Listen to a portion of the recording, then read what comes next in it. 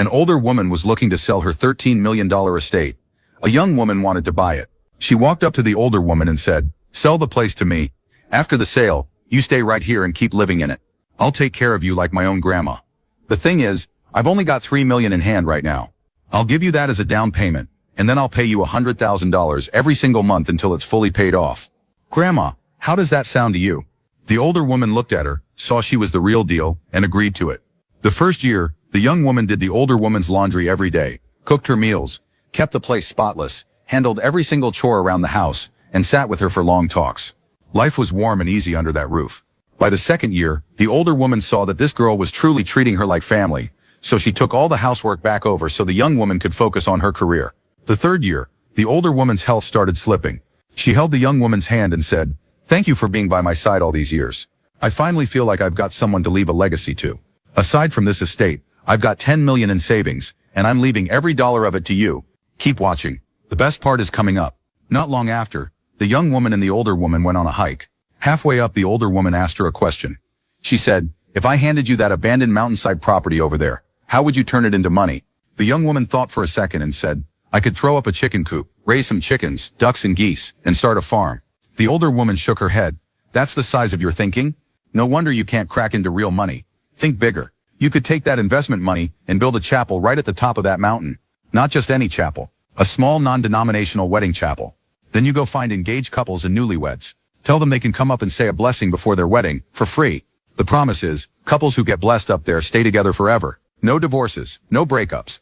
Once the first few couples actually do go the distance, word spreads. You're gonna pull in couples from every corner of the country with their families in tow, all coming to that chapel to get their blessing."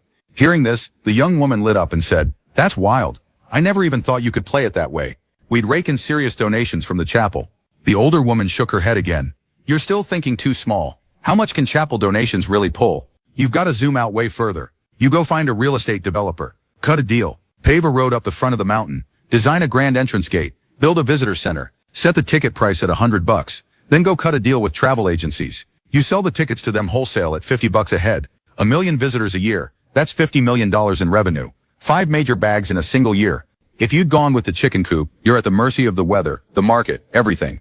You could just as easily go broke and end up right back where you started." The older woman kept going. "Now here's where it gets good. You move the main entrance gate down to the bottom of the mountain.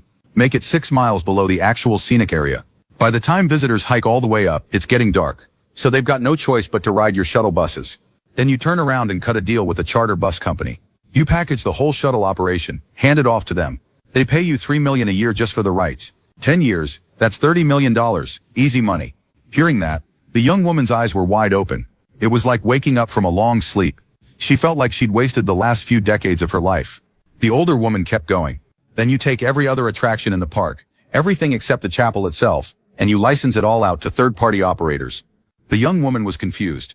"Wait, we already collected ticket money at the gate. If we hand the rest off to third parties, how do they make any money?" The older woman smiled. "The highest level of making money is making the money other people can't even see. Take the glass skywalk, for example. Visitors can walk it for free, but they have to buy a $15 safety insurance ticket and a pair of shoe covers. No purchase, no walk. And the framing is, it's for their safety. Or take the summer ice cave. Visitors enter for free, but they have to rent a $50 Parker parka. No rental, no entry. And again, the framing is, it's for their safety. You don't want them catching a chill. Then you license out every food and souvenir shop in the park. Pull in another $2 million a year. 10 years, that's another $20 million in your pocket." The older woman kept going. "Then you hire a bunch of fresh college graduates to staff the place. You boost the local economy. You take pressure off the local employment office, and you get the media to write about it. Now look at where you are. You went from nobody to one of the biggest names in the state. And once you got that title, every door opens. You're moving in a whole different circle." The young woman's face was frozen in shock. She realized just how small her thinking had been. She grabbed the older woman's hands and said, "Thank you for teaching me all of this. How do you even think on this level?" The older woman smiled and said, "In this world, the most powerful thing is neither money nor power, but one's mindset.